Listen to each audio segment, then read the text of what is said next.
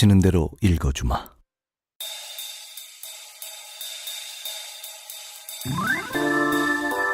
안녕하세요, 성환경입니다. 녹음하는 오늘이 1월 23일.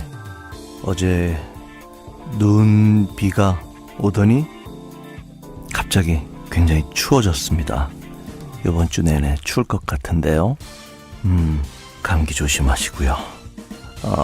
우리 엔지니어 장미라 씨는 감기가 잔뜩 걸려서 지금 골골거리고 있습니다. 녹음의 질이 떨어지면 그 때문입니다. 그리고 공지사항 하나 있습니다. 저희가 댓글 놀이를 한번 하려고 해요. 제 작은 계획 중에 하나가 문재인의 운명이 다 끝나면 CD로 만들어서 우리 문재인 대통령께 선물로 드리고 싶어요.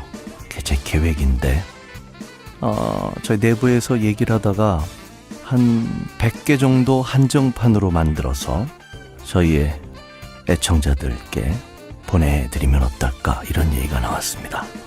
100개가 됐든 50개가 됐든 그런 작은 계획이 있어요. 그래서 댓글 놀이를 한번 해보려고 합니다. 저희가 애플 팟캐스트와 팟빵으로 내보내고 있는데 댓글들을 좀 많이 써주세요. 그러면 댓글을 써주신 분들 중에서 저희가 골라 보내드려 보겠습니다. 댓글이 많이 안 달리면 없던 일로 하고요. 뭐 그런 거죠 뭐. 그리고 또 하나의 작은 단상이 있습니다. MBC가 파업이 끝나고 KBS도 이제 곧 파업이 끝나요. 잘 됐죠. MBC가 하얀 거탑이라는 드라마를 UHD용으로 다시 재편집해서 내보내고 있다고 합니다. 저도 아직 보지 못했는데 한 10년 전, 11년 전에 굉장히 선풍적인 인기를 끌었던 드라마죠. 명작의 힘인 것 같아요. 지금 다시 봐도 아마 새록새록 새로울 겁니다. 김명민 씨의 연기도 굉장히 좋았고요. 저희도 그러한 조금은 오래됐지만 명작들을 골라서 하려고 합니다. 제가 지금 읽고 있는 문재인 운명도 저는 명작이라고 생각합니다. 읽으면서 너무 기분이 좋아요. 그리고 다음에 하고 싶은 작품, 너무너무 하고 싶은 작품이 있는데 저는 한강 작가의 소년이 온다를 너무 하고 싶은데 애청자분들 중에 작가 한강 씨를 알거나 출판사 창비에 아시는 분들이 있으면 좀 얘기 좀 해주세요. 꼭 하고 싶습니다. 그리고 또 하나 하고 싶은 작품은 이것도 제가 알아봐야 할 텐데, 두 어른이라는 작품이 있습니다. 요즘 제가 그걸 읽고 있는데 그 두 가지 중에서 했으면 좋겠습니다. 저도 노력해 볼게요. 네, 오늘은 우리 이니가 청와대를 나오면서 일어나는 일들입니다. 시작해 보겠습니다.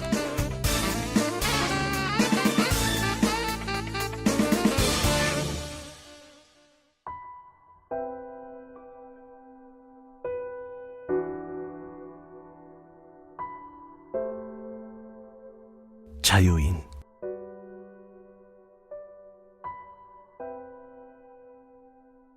(2003년 12월이) 되면서 이듬해 4월로 다가온 총선 얘기가 본격적으로 나오기 시작했다. 사실 청와대는 그해 8월 인사 및 조직 개편 때 총선 출마자들을 미리 내보낸 바 있었다. 과거 정권처럼 총선이 임박한 시점에 나가 청와대 프리미엄을 최대한 누리거나 반대로 청와대 업무도 총선 영향을 받는 것을 최대한 차단하려는 방침이었다. 이혜성 홍보수석, 문학진 정무비서관, 김현미 국내 언론비서관, 김만수 춘추관장, 백원우 민정수석실 행정관 등이 그때 떠났다. 그러나 막상 선거가 닥쳐오자 나에 대해서도 내 의사와 무관한 징발론이 당에서 나오기 시작했다. 정찬용 수석도 함께 거론됐다.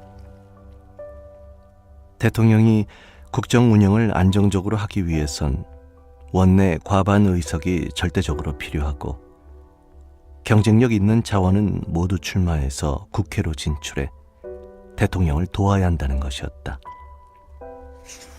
특히 열린우리당의 영남 지역 출마 자원이 절대적으로 부족하니 나 같은 사람이 출마해 바람을 일으켜야 한다는 것이다. 받아들이긴 어려웠지만 충분히 이해는 할 수 있는 요구였다.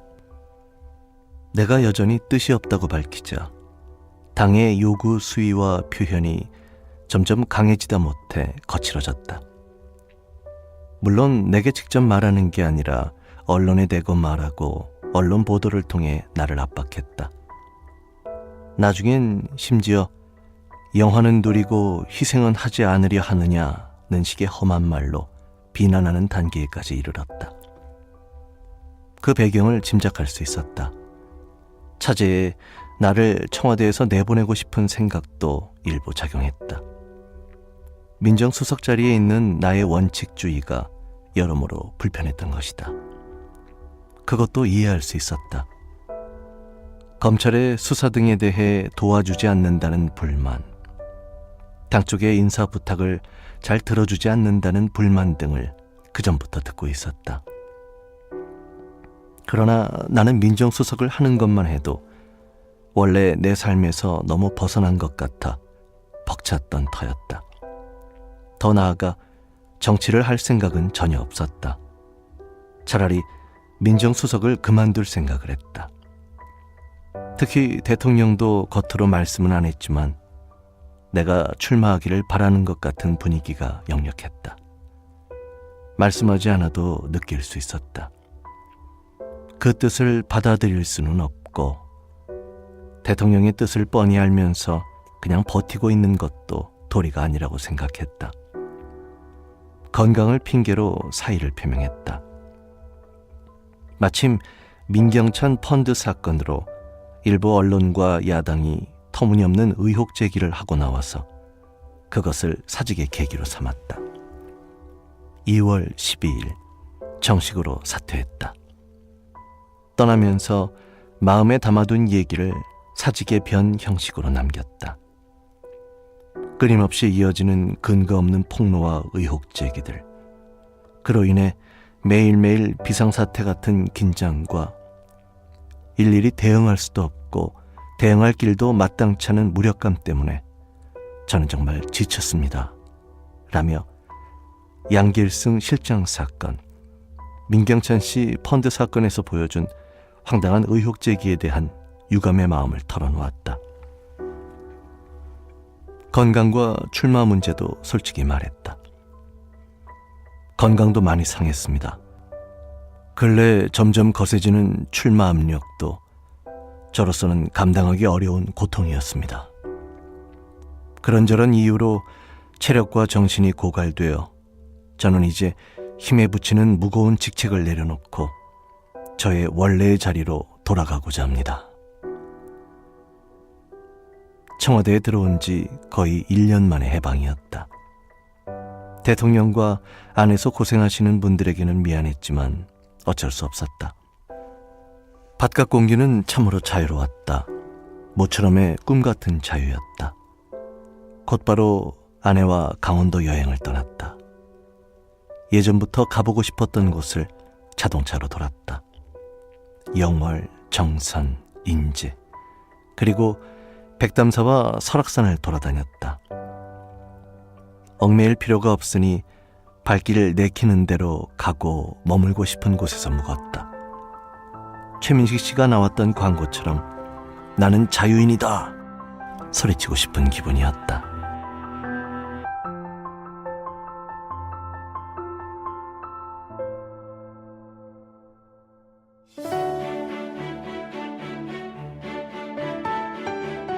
히말라야. 2월 28일 네팔 히말라야로 향했다. 청와대에서 나왔지만 앞으로 뭘 할지 계획이 서지 않았다. 당분간 변호사를 하는 건 안 된다고 생각했다. 변호사로 돌아갈 때까지 조용하게 살아야겠다고 생각했다. 오랫동안 꿈꿨던 네팔과 티벳, 그리고 북인도 쪽 트레킹 여행을 하면서 마음의 때도 씻고 앞으로 뭘 하며 살지도 생각해 보려고 했다. 내가 근무하던 법무법인에 안식 휴가제가 있었다. 10년 근속대 3개월, 20년 근속대 6개월 휴가를 준다. 10년 됐을 때 바빠서 휴가를 쓰지 못했다. 그러다 1997년 변호사 한 지 만 15년 되던 해에 가서야 3개월 휴가를 썼다. 그때 스웨덴의 생태환경운동가 헬레나 노르베리호지가 쓴 오래된 미래의 무대 라타크와 네팔의 에베레스트에서 트레킹 여행을 했다. 가이드나 포터 없이. 마침 안식년을 맞은 내 또래 목사님 한 분과 단둘이 지도를 보면서 다녔다. 너무 좋았다. 그 후로 시간만 생기면 다시 트레킹 여행을 하고 싶어서 눈에 띄는 대로 트레킹 자료를 수집해두고 있었다. 드디어 기회가 왔다. 지난번에 에베레스트를 갔으니 이번엔 안나푸르나로 목적지를 정했다. 오랜만에 가보는 네팔은 지난번과 분위기가 많이 달랐다. 수도 카트만두 시내 곳곳에 총을 든 군인이 경비를 서고 검색을 해 분위기가 삼엄했다. 그 사이 있었던 왕국 내 총격 사건으로 국왕과 국왕의 아들이 사망하면서 국왕의 동생이 왕위를 계승했다. 전 국왕이 취했던 민주화 조치를 많이 퇴행시켜 민심이 좋지 않았다. 그런 민심을 업고 반정부 무장 반군인 마오이스트들의 활동이 활발해져 총을 든 군인이 수도 시내를 경비하게 됐다고 했다. 우리 부부가 네팔에 있는 동안 마오이스트들이 전 국민에게 총파업령을 내렸다. 수도 카트만두를 제외한 지방에서는 거의 모든 사람들이 총파업령에 따르는 듯이 보였다. 차량도 군용 차량과 구급차, 그리고 온리 투어리스트라고 표시한 관광객 운송 차량 외에는 일체 다니지 않았다. 카트만두에까지 총파업령이 미치진 않았지만 지방에서 식품이나 채소류가 반입되지 않아 타격이 크다고 들었다. 가이드 말에 의하면 정부 측에서는 반군이 총파업에 동참하지 않는 사람들에게 보복을 가하기 때문에 참여율이 높은 것처럼 보일 뿐이라고 홍보한다고 했다. 실제 보복 사례도 있어서 두려움이 있는 것은 사실이라고 했다. 그러나 그렇게만 보기엔 지방에서의 가담이 너무 광범위했다. 정부가 과감한 민주화 조치 등으로 민심을 잡지 못하면 왕정이 위태로워질 것으로 느껴졌다. 안나푸르나 트레킹은 네팔의 제2도시 포카라에서 출발하는 것이 보통이다. 아열대 기후이면서 해발 고도가 900m쯤 돼 사시사철 기후가 온화한 곳이다. 페와라는 자연 호수가 있고 호수 주변에 호텔과 산장이 늘어서 있는 대단히 아름다운 곳이다. 2월에서 3월이면 호텔 마당엔 남방의 꽃들이 만발하는데 원경은 설산이 둘러서 있는 이국적 조화가 환상적이다. 다른 데 가지 않고 그냥 머물러서 쉬기만 해도 참 좋은 곳이다. 얼마 전 작고한 박완서 선생이 10수년 전에 모독이란 제목의 티벳과 네팔 기행기를 냈다. 거기서 포카라를 묘사한 글을 본 후 늘 가보고 싶었다.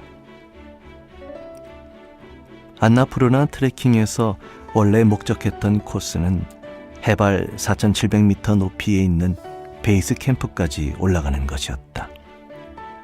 1997년 에베레스트와 라타크 트레킹 때엔 해발 5,900m까지 올라갔었다.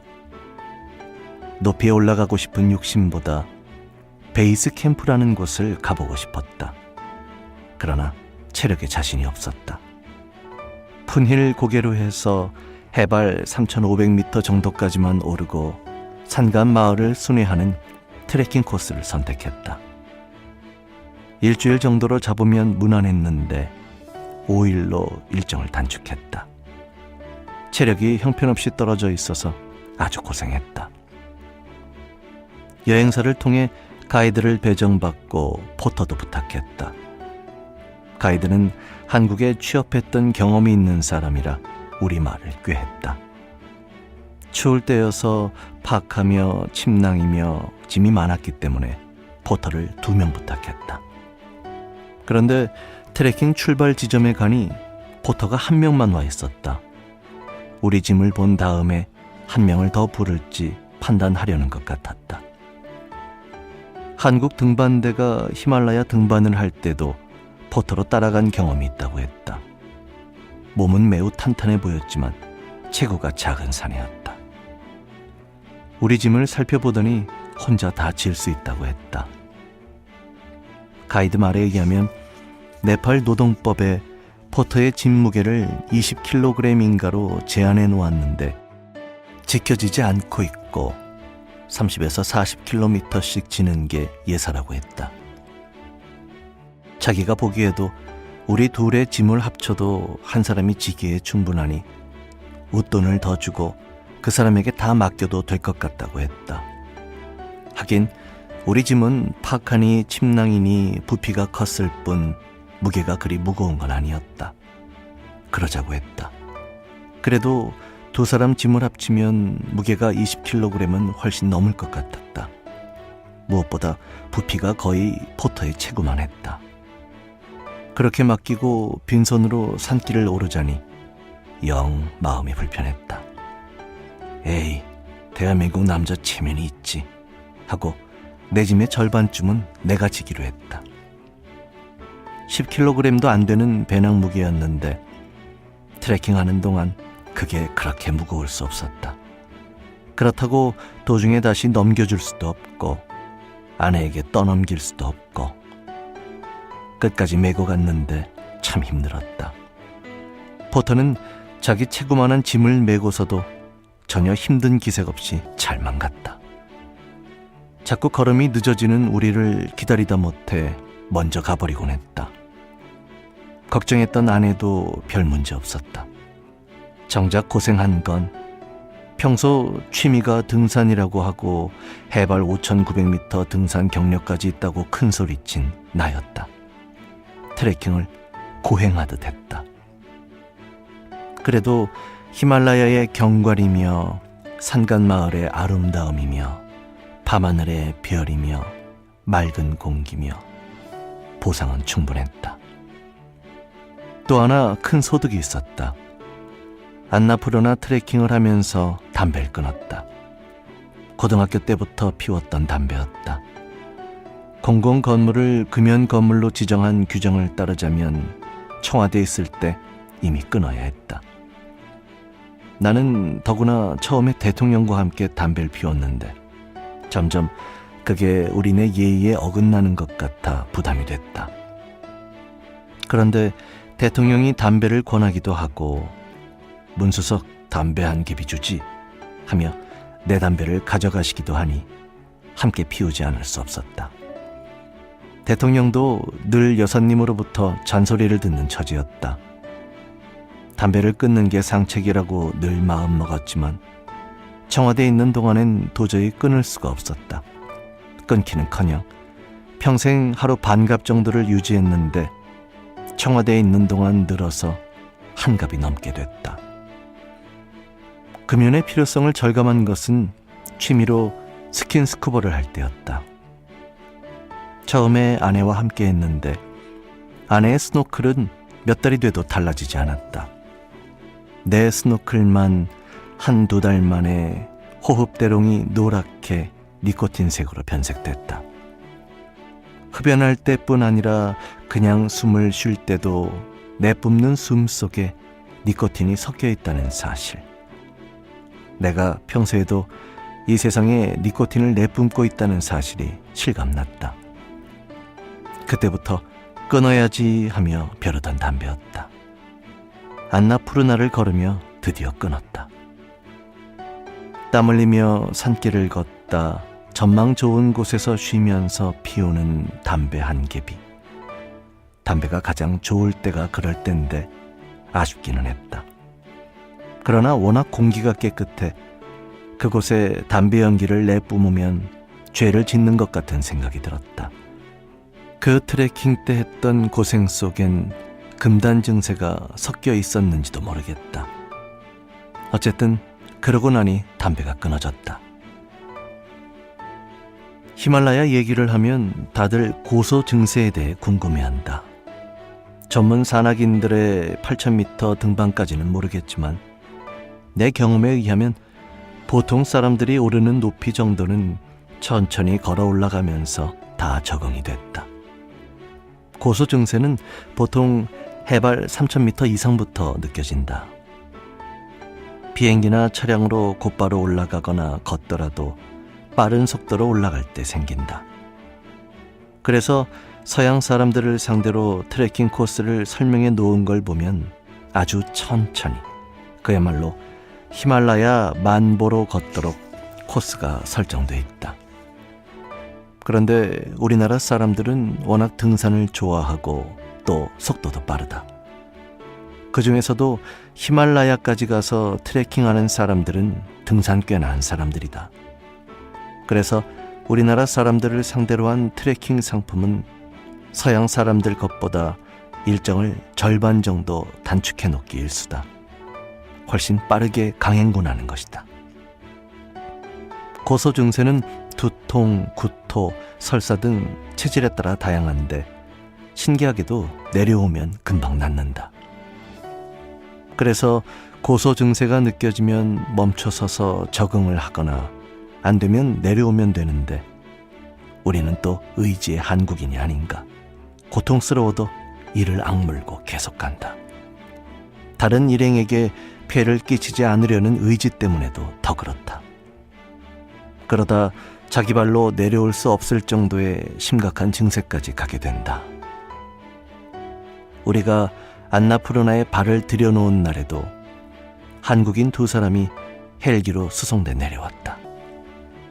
가이드가 말했다. 한국 사람들이 빨리빨리 때문에 그런 일이 제일 많이 생긴다고. 빨리빨리라는 말을 몇 번이나 했다. 산을 즐기며 오르면 얼마나 좋을까. 1997년 에베레스트 트레킹 때도 그런 생각을 했다. 에베레스트 쪽은 해발 5,800m 높이까지 롯지가 있을 정도로 높은 곳까지 산간마을이 산지에 있다. 그 때문인지 우리나라 시골 5일장 같은 장이 여러 곳에서 열렸다. 그 중에서도 해발 4,000m쯤 되는 남체라는 마을에서 열리는 남체 바자르는 세계적으로 유명하다. 매주 수요일인가에 열렸는데 그보다 낮은 마을과 높은 마을에서 토산품, 먹거리, 관광기념품 등을 가져와 열리는 장이 볼만했다. 산간 마을 주민들이 팔 물건들을 엄청난 부피의 등짐으로 지고 모여들었다. 우리처럼 멜빵을 어깨에 메지 않고 이마에 메고 산길을 걷는 모습도 이색적이었다. 서양 사람들은 일부러 그 장을 보기 위해 며칠씩 기다리곤 했다. 그러나 우리나라 사람들은 위로 올라가는 데만 관심이 있어서 시간이 맞으면 보고 그렇지 않으면 지나치는 게 보통이었다. 트레킹뿐 아니라 그런 풍물에도 관심을 갖고 여행 목적으로 삼으면 좋겠다는 생각을 했다. 안나푸르나 트레킹을 마치고 포카라에서 치트완 국립공원으로 가 코끼리 사파리와 조류 탐사라는 것을 했다. 코끼리를 타고 공원 안 숲길을 돌아다니며 코뿔소 같은 야생동물이나 아열대 지방 조류들을 구경하는 것이다. 카누 같은 긴 보트를 타고 강을 내려가면서 강가의 악어류나 조류도 구경한다. 거기서 카트만두로 이동하기 위해 인근 공항으로 가는데 마침 반군이 총 파업령을 내렸다. 버스조차 운행을 멈춰버려 공항까지 갈 수가 없었다. 가이드가 급하게 지프를 한 대 수배해 몇 사람이 함께 공항으로 갔다. 기사는 앞유리에 큼직하게 온리 투어리스트라고 관광객만 타고 있다는 표시를 크게 써붙였다. 공항까지 가는 도로에는 구급차와 군용 트럭 외에는 차량을 볼 수 없었다. 간혹 우리처럼 온리 투어리스트라고 써붙인 차량만 눈에 띌 뿐이었다. 도로 곳곳에 나무나 폐타이어가 불에 타고 있기도 했고 지키고 서서 지나가는 차량들을 검문 검색하는 사람들도 있어 살벌했다. 지프차 기사는 검문하는 사람들을 만날 때마다 뭐라고 변명하는 듯 하더니 급기야 공항을 10몇 킬로미터 남겨놓고는 더 못 가겠다고 했다. 가이드가 자전거에 사람 태우는 칸을 만들어 붙인 릭샤를 또 구해와서 2시간가량 그것을 타고 공항까지 갔다. 여기서요. 롯지는 아까 롯지 나왔었죠.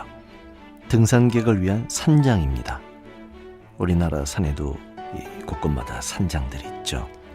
또 마지막에 나온 릭샤는 인도나 방글라데시를 비롯한 동남아시아의 흔한 이동수단으로요. 사람이 직접 수레와 사람을 끄는 인력거를 말합니다.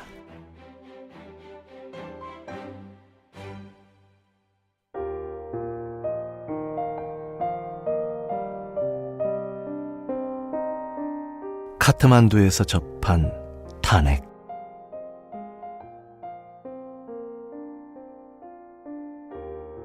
카트만두에서 시장과 인근 사원을 구경 다니며 쉬던 중 우연히 탄핵 소식을 접했다. 청와대에서 나온 후 일체 소식을 끊고 지냈다. 아예 그렇게 작심했다. 연락하고 때때로 만나기도 하면 청탁이나 하게 되고 누가 되기 십상이었다. 내게 뭔가 부탁해봤자 도움 안 되는 사람으로 주변에 하루빨리 인식되게 해야 한다고 생각했다.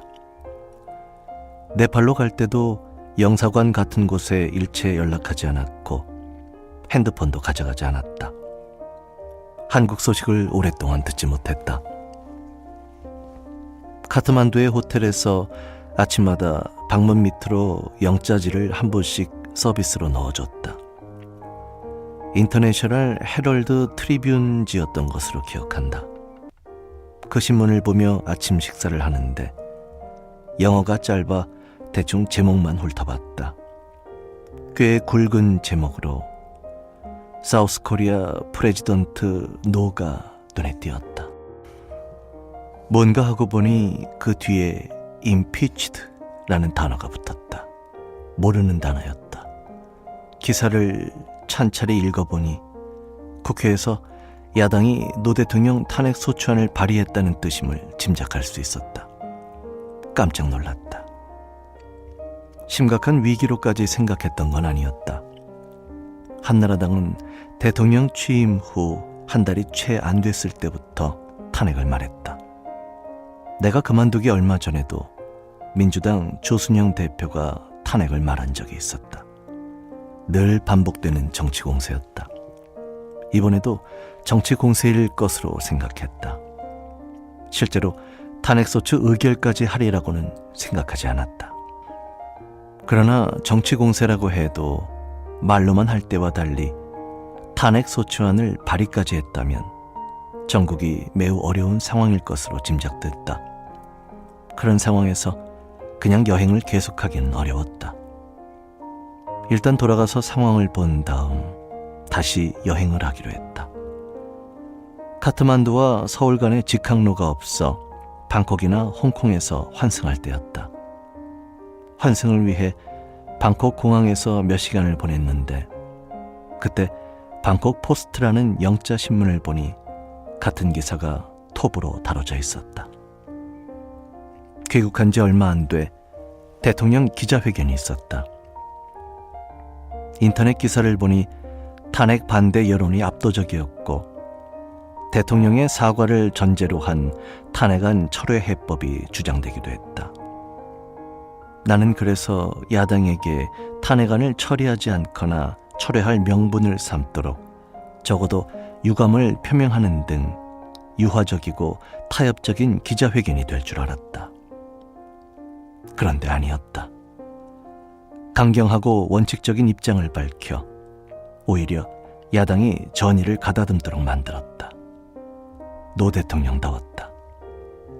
어려운 상황 속에서 더 강인하고 막히면 정면 돌파하는 대통령 기질이 그대로 드러난 기자회견이었다. 틀림없이 참모들은 타협적 기조로 가자고 건의했을 텐데 듣지 않았을 대통령 모습이 머릿속에서 훤히 그려졌다. 어쨌든 타협은 물 건너갔다. 대통령은 할 말을 다 한 셈이었고 이제 결과를 기다릴 수밖에 없었다. 오게티는 그날 회견에서 대우건설 남상국 전 사장의 실명을 거명해 투신 자살의 빌미가 됐던 점이었다.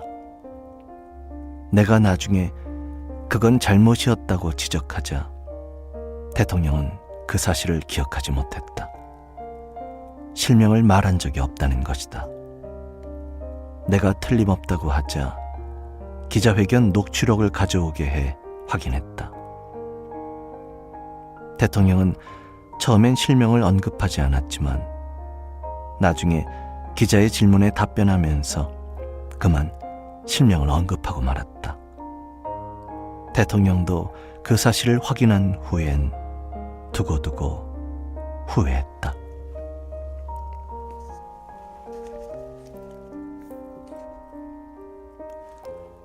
탄핵 대리인.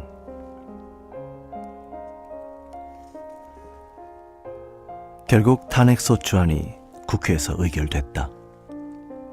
대통령은 내게 탄핵 대리인단 구성을 비롯해 법적 대응 전반을 맡아달라고 부탁했다. 대리인단을 구성했다. 지금 생각해도 당시 우리가 갖출 수 있는 최고의 진영이었다. 대리인들은 중립적이면서 명망과 실력을 두루 갖춘 분들을 모시기로 했다. 어떤 분들이 좋을지 여러 사람과 상의한 후 한 분 한 분 찾아가 부탁을 드렸다. 부탁을 받은 분 모두 흔쾌히 동의해줬다. 단 한 분만 고사했다. 본인이 헌재 소장과 잘 아는 사이여서 오해를 살 수 있고 모양도 안 좋을 것 같다는 말씀이었다. 대신 보이지 않게 도울 일이 있으면 돕겠다고 했다. 그분은 실제로 뒤에서 많은 조언과 조력을 보태주었다. 모두 고맙게 이를 데 없었다. 본격적으로 일을 시작했다. 나부터 개업 신고를 했다. 청와대 들어가면서 변호사를 휴업한 상태라 부랴부랴 다시 변호사 재개업 신고를 했다. 나로선 노무현 변호사의 대우조선 사건 구속 이후 의뢰인과 변호인의 인연으로 이어진 게 두 번째였다. 내가 서울 변호사가 아니라 사무실도 없었다. 서초동에 임시 사무실을 구했다. 탄핵 대리인으로 함께한 분들은 하나같이 법조계에서 명망이 높은 분들이라 서로 잘 아는 사이였고 마음이 잘 맞았다. 모임 면면에 대해 서로 만족해야 할 만큼 법률적 역량이 뛰어난 분들이었다. 처음 모였을 때 회의 분위기는 자신감과 사명감으로 충만했다. 우리가 법적으로 제대로만 하면 반드시 이긴다고 확신했다. 다수당의 수적 횡포일 뿐 법적으로는 말이 안 되는 탄핵이었다. 민의를 거스른 다수당의 쿠데타였다. 민주헌정의 위기였다. 그런 일을 바로잡지 못하면 우리 헌정의 앞날이 암울해질 것이었다. 역할 분담을 했다. 유현석 변호사께서 좌장 역할을 맡았다. 한승원 변호사가 총괄을 자임했다. 나머지 분들은 논점별로 분야를 나눠 맡았다. 어떤 분야는 이용훈 변호사, 또 어떤 분야는 박시환 변호사식으로 역할을 나눴다. 나눠 맡은 논점별로 연구도, 발제도, 서면도 직접 작성했다. 법정 변론도 분담했다. 재판 때마다 발언할 대리인의 수와 순서, 발언할 내용, 돌발적인 상황에 대한 대응 등 세부적 부분까지 모두 의논해 재판에 임했다. 민변에서도 가장 실력 있고 꼼꼼하기로 발군의 평가를 받는 조용환, 백승원 두 변호사는 대리인으로 나서지 않는 대신 법리적 연구와 실무적 뒷받침을 헌신적으로 해줬다. 두 분은 대리인단이 본격 가동되기 전 초기에 탄핵재판 제도에 대한 연구와 함께 우리 쪽 법적 대응에 뼈대를 세워줬다. 김선수 변호사도 함께 도왔다. 그들은 민변 소속 변호사들이 대리인으로 전면에 나서는 게 바람직하지 않다는 생각으로 자신들을 드러내지 않았다. 나는 대리인단 간사로서 실무적 역할과 함께 홍보를 맡았다. 여론전도 중요했다. 언론을 담당하는 역할은 고역이었다. 헌법재판소 들어갈 때마다 포토라인에 서서 당일 재판에 임하는 우리의 입장이나 쟁점에 대한 설명을 해야 했다. 끝나고 나올 때엔 그날 진행된 재판에 대해 설명하고 코멘트를 했다. 포토라인을 정해놓긴 했지만 기자들이 워낙 많아 정신이 없었다. 카메라 조명을 비추면 기자들이 보이지도 않았다. 안 해본 일이라 부담이었다. 포토라인에 서보니 그 일이 얼마나 어려운지 실감났다. 탄핵재판의 대리인으로 포토라인에 서는 것도 그런데 검찰에 피의자로 소환돼 출두할 때 포토라인에 서면 오죽하겠는가. 아무리 언론이라 해도 또 국민의 알 권리라 해도 원하지 않는 사람을 포토라인에 억지로 세워서 답변을 강요할 권한이 있는 것일까? 이제는 그런 상황 속에서도 타인의 명예를 더 존중해주는 사회가 되어야 한다는 생각이다. 나는 한편으로 헌법학자들을 비롯한 법학자들과 법률가들의 탄핵 반대 의견을 이끌어내는 노력도 했다. 헌법재판이 정치적 성격을 갖지 않을 수 없으므로 전문가들의 여론에서도 우위에 서기 위해서였다. 자발적으로 뜻을 모아 다수의 연명으로 또는 학회 이름으로 탄핵 반대 성명을 내준 분들도 많았다. 가장 중요한 헌법학계는 안경환 서울법대 교수가 중심 역할을 해줬고 소장파 학자들은 거의 대부분 뜻을 함께 해줬다. 탄핵 재판 중에 있었던 탄핵 반대 촛불 시위 현장에도 자주 나갔다. 나도 한 사람의 시민으로서 촛불 시위에 힘을 보태고 싶었다. 탄핵 재판의 정치적 성격과 헌법재판관들의 보수적 성향을 감안하면 여론에서 압도할 필요가 있었다. 법정 변론 못지않게 중요한 일이었다. 민의가 곧 헌법이란 생각을 하면 그것이 곧 변론을 준비하는 일이기도 했다. 연일 시청 앞 도로를 가득 메운 촛불 인파는 장엄했다. 대통령과 함께했던 6월 항쟁이 떠올랐다. 사람들도 탄핵 반대 촛불 시위를 제2의 6월 항쟁이라고 했다. 촛불 시위에 나간 모습이 언론에 보도되기도 했다. 아내와 함께 나갔다가 나란히 사진이 찍힌 것이다. 그것도 나름대로 힘을 보태는 것이라고 생각했다. 어느 인터넷 언론에 내가 말한 소감이 보도되기도 했다. 헌법이란 게 무엇인가? 저 멀리 높은 곳에 있는 게 아니지 않는가? 국민들이 가지고 있는 민주주의에 대한 가장 보편적이고 소박한 소망. 그것을 상징적으로 표상화한 것이 헌법이다. 결국은 헌법에 대한 해석도 일반 국민들의 민주주의 의식과 법의식에서 출발해야 한다. 그것이 헌법에 반영되어야 한다. 그렇다면 거리로 나선 이 많은 시민들의 탄핵 반대 촛불 시위로서 이미 탄핵 재판이 가야 할 방향을 보여준 것 아닌가. 재판을 준비하면서 대통령과 대리인들이 한번 같이 만났다. 대통령이 고마움을 표하기 위해 마련한 자리였다. 재판 준비 얘기는 별로 할 필요가 없었다. 기껏해야 대통령의 직접 출석 문제를 놓고 의견을 나눈 정도였다. 저쪽에선 대통령이 직접 헌재 법정에 나오도록 신청했다. 대통령은 못 나갈 거 없다며 나가겠다고 했다. 그것도 도움이 될 수 있을 테지만 우리는 그럴 필요조차 없다는 의견을 피력했다. 나중에 헌법재판소도 그 청구를 받아들이지 않았다. 대통령은 오랜 유폐 생활로 지치고 마음이 불편했을 텐데도 유머를 잃지 않았다. 환담 끝날 무렵에 내가 대통령께 마지막으로 대리인단에게 당부하실 말씀이 있으면 하시라고 했다. 대통령이 벌떡 일어나 저 대통령 다시 하게 좀 해주십시오 라며 인사를 했다.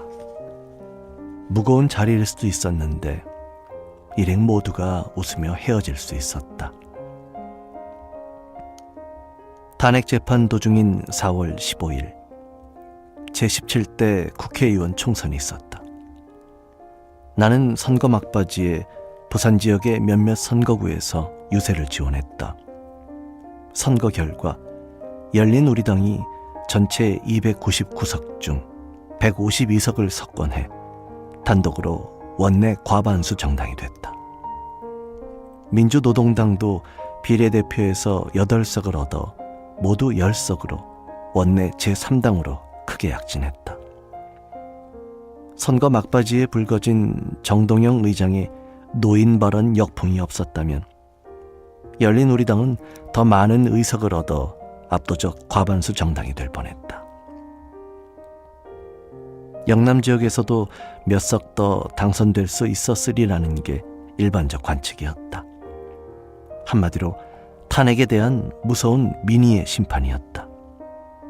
나는 이 총선 결과야말로 헌재의 탄핵 재판 결정에 쐐기를 박을 것이라고 생각했다. 5월 14일 드디어 헌재 결정이 내려졌다. 기각이었다. 함께 고생한 대리인들과 감격에 포옹을 하며 기쁨을 나눴다. 기자들이 소회를 물었다. 말할 수 없이 기쁘다. 우리 정치 문화가 한 단계 더 발전하고 국민이 통합되는 계기가 되면 좋겠다. 헌재에서 탄핵 사유 중 일부를 인정하는 판단도 있었던 만큼 그런 헌재의 결정을 존중하고 겸허히 받아들이는 자세도 필요하다. 헌재 결정은 대체로 예상한 결과였다. 국민들의 건강한 상식을 법적으로 설명한 것으로 본다고 소감을 말했다. 슬픈 일도 있었다. 대리인단의 좌장 역할을 하셨던 유현석 변호사가 최종 변론 후 쓰러져서 끝내 일어나지 못하고 5월 25일 타계하셨다. 평생을 인권 변호사로 살다 탄핵 재판의 마지막 불꽃을 사르셨다. 헌재 결정 이래 대리인단이 병실을 방문해 기쁜 소식을 전해드리려 했지만 이미 혼수 상태여서 뵙지 못하고 가족들에게 소식을 전해야 했다. 장례 미사 때 내가 시민사회 수석으로 참석해 대통령의 조의를 전했다. 탄핵 재판에 대해 꼭 생각해 봤으면 하는 부분이 있다. 노 대통령에 대한 탄핵 소추는 다행히 기각됐다. 하지만 만약 인용됐으면 어떻게 됐을까? 실제로 헌법재판관 중 3명은 인용 의견이었다. 같은 의견을 가진 재판관이 다수였다면 대통령은 탄핵되는 것이다.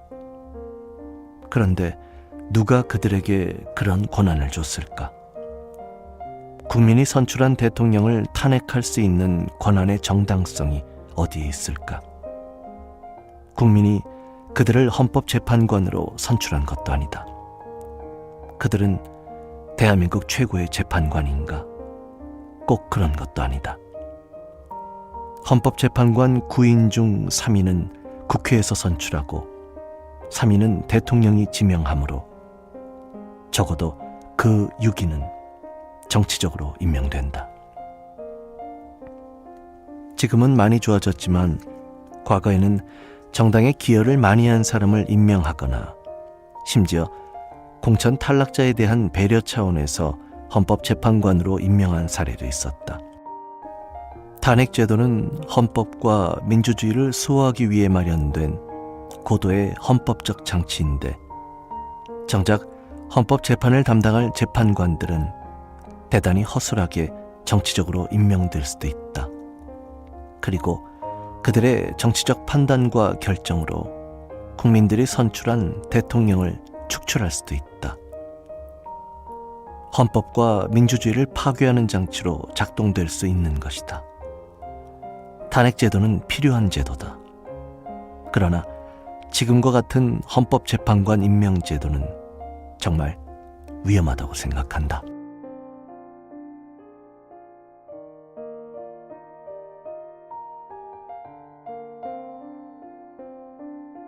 시민사회수석.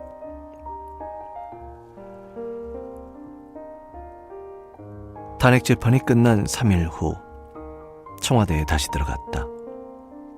이번엔 시민사회수석이었다. 대통령이 간곡하게 부탁을 했다.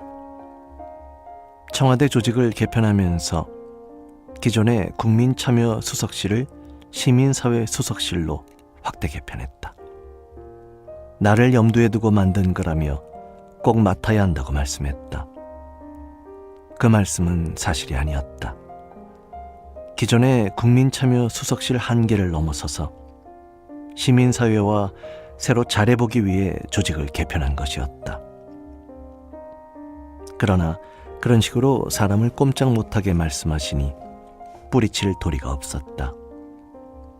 대통령이 시민사회 수석실을 새로 만들고 내가 그 자리를 맡으면서 서로 뜻한 바가 있었다.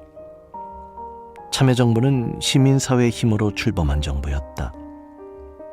노 대통령은 대선 때 소속 정당인 민주당의 뒷받침보다는 시민사회 지지에 힘입어 당선됐다.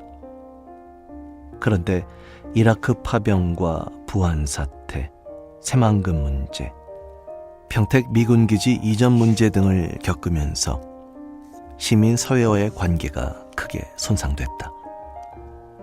실망하다 못해 아예 등을 돌린 이들도 많았다. 그랬던 시민사회가 다시 촛불 집회로 모여 대통령을 탄핵에서 구해냈다. 4.15 총선으로 열린 우리당을 다수당으로 만들어줬다. 이제야말로 시민사회와 다시 손잡고 잘해볼 때였다. 마침 거버넌스, 즉 협치란 말이 유행이었다. 우리는 시민사회와의 거버넌스를 꿈꿨다. 대통령은 청와대 참모들에게도 거버넌스 관련 책들을 읽어보도록 권했다. 대통령은 내가 부산 지역에서 시민사회 활동을 오래 했고 민정수석을 하면서 서울 쪽 시민사회 인사들과도 잘 알게 됐으니 첫 시민사회 수석 적임자라고 했다. 나도 그 기대에 부응하려고 노력했다. 중요한 사회적 갈등 과제를 비서관실별로 분담해 청와대가 직접 관심을 가지도록 했다. 국가적 갈등 조정 시스템을 위해 지속가능 발전위원회로 하여금 갈등 조정 기구의 역할을 하게 했다. 또 법제화를 위해 갈등관리기본법 제정도 추진했다. 지속가능 발전위원회뿐 아니라 국가에너지위원회 등 국가정책을 논의하는 기구에 시민사회 참여를 크게 확대했다. 되돌아보면 우리의 노력이 충분한 것은 아니었다. 그러나 방향은 옳았다. 복지국가로 나아가면서도 정부가 지나치게 비대화하지 않는 길은 정부가 해왔던 기능을 민간에게 넘겨주는 것이다. 시민사회가 건강하게 되도록 육성하는 길이기도 하다. 다만 시민사회 수석실은 업무 자체가 다른 수석실과 달리 정형화되어 있지 않았기 때문에 맡아야 하는 사람에 따라 또 하기에 따라 굉장히 많은 차이가 났다. 그런 문제를 어떻게 극복하느냐가 과제였다. 시민사회 수석을 하면서 특별히 기억에 남는 것은 어머니의 이산가족 상봉이었다. 2004년 7월 어머니는 남북 이산가족 상봉 행사에 뽑혀 금강산에서 북한의 여동생을 만났다. 6남매의 장녀였던 어머니에게 마지막 남은 혈육인 막내 여동생이었다. 어머니는 노태우 정부 때부터 신청을 하고 있었지만 어머니의 신청이 뽑힌 게 아니라 북쪽 여동생의 신청으로 뽑힌 것이었다. 상봉 가족으로 선정된 것은 내가 청와대를 떠나 있을 때였는데 행사는 시민사회 수석이 된 후 열렸다. 금강산으로 어머니를 모시고 가 이모를 만나는 기쁨을 누렸다. 이모는 내가 청와대에 있다는 사실을 알고 내 직책을 물었다. 물론 시민사회 수석이라고 답했는데 아무리 궁리해도 시민사회 수석이 무슨 일을 하는지 이모가 알아들을 수 있도록 설명할 길이 없었다. 결코 잊을 수 없는 일은 이기준 교육부총리 인사파동이었다. 참여정부 인사에서 최대의 실패 사례였다. 그분의 흠결을 검증 과정에서 몰랐던 게 아니었다. 검증 과정에서 다 확인해 놓고도 부적격 사유라고 판단하지 않았던 것이다. 하필 그 결정을 하는 인사추천 회의에 내가 빠졌다. 나는 청와대에 있는 동안 매주 하는 인사추천 회의에 딱 한 번 빠졌는데 바로 그 회의였다. 인사추천 회의는 무엇보다 중요한 회의였기 때문에 빠지는 일이 없었다. 그날 지방에 중요한 일이 있어 갔다가 회의 시간까지 돌아오지 못했다. 처음부터 늦을 줄 알았으면 회의 시간을 늦췄을 텐데 예상하지 못했다. 또 내가 인사검증을 담당하는 민정수석이었으면 내가 도착할 때까지 기다렸을 텐데 시민사회 수석이었기 때문에 나 없이 열린 회의에서 문제의 결정이 내려졌다. 안타까웠던 것은 내가 참석했으면 반대했을 것이란 점이다. 내 기준에 맞지 않는 일이었다. 또 그분 흠결이 서울대에서 문제되고 언론의 비난을 받았던 것을 기억하고 있기도 했다. 그런 문제는 누군가가 지적만 하면 다들 공감하기 마련이다. 비서실장이 잘 아는 분이고 추천하다시피 하니 다들 심각하게 생각하지 않고 간과해버린 것이다. 그 일로 비서실장, 민정수석, 인사수석, 홍보수석, 그리고 나까지 인사위원 전원이 사표를 냈다. 민정수석과 인사수석이 그만두는 것으로 마무리했지만 우리 모두가 대통령을 잘못 보좌해 큰 부담을 들인 일이었다. 그 일을 빼면 참여정부의 인사추천과 검증 시스템은 자랑할 만했다. 추천과 검증을 분리하고 회의에서 결정을 합의해 나가는 상호 견제 시스템이었다. 무엇보다 중요한 건 시스템을 존중해 준 대통령의 의지였다. 대통령의 의중을 앞세우면 시스템은 금방 무력화된다. 노 대통령은 시종일관 시스템을 존중했다. 대통령은 인사 때 어떤 사람을 검토해보라고 할 때가 있었다. 또는 어떤 사람을 높이 평가하는 말을 할 때도 있었다. 대통령을 가까이서 모시다 보면 사람에 대한 대통령의 생각을 자연히 알게 되기도 한다. 우리도 가능하면 그런 대통령의 의중을 헤아려 대통령이 좋아하거나 높이 평가한 사람을 후보군에 포함시키려 했다. 그러나 검증과 검증에 대한 평가에는 예외가 없었다. 대통령이 검토를 지시한 인물도 평소 의중에 두고 있는 것으로 알고 후보군에 포함시킨 인물도 평가가 낮거나 검증에 문제가 있으면 배제됐다. 대통령께 배제된 이유를 말씀드리면 모두 받아들였다. 한 번도 당신의 의중을 고집한 적이 없었다. 참여정부의 인사 시스템이 제대로 작동된 이유다. 여기서 중요한 얘기. 이기준 교육부총리 인사 파동. 이건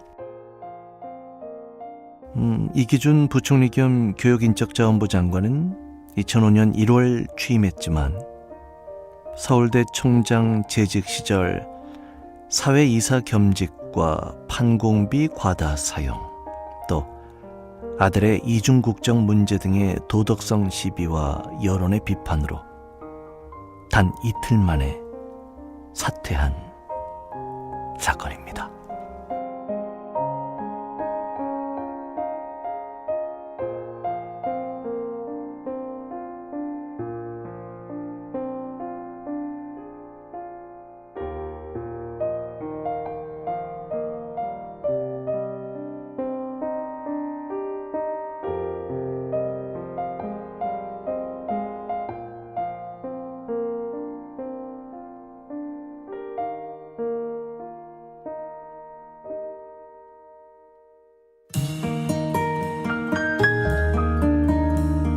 성완경의 슈퍼스타.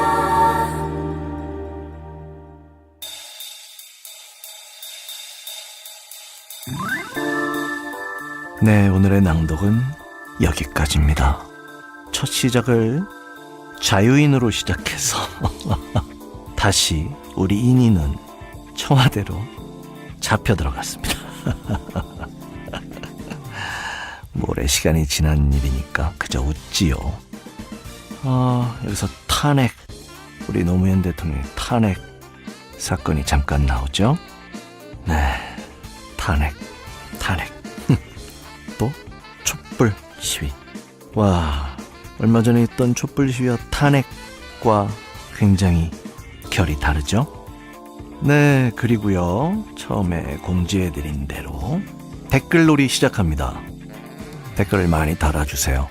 저희 애플 팟캐스트엔 리뷰란 이름으로, 팟빵엔 아마 댓글일 겁니다. 그리고 유튜브도 있죠.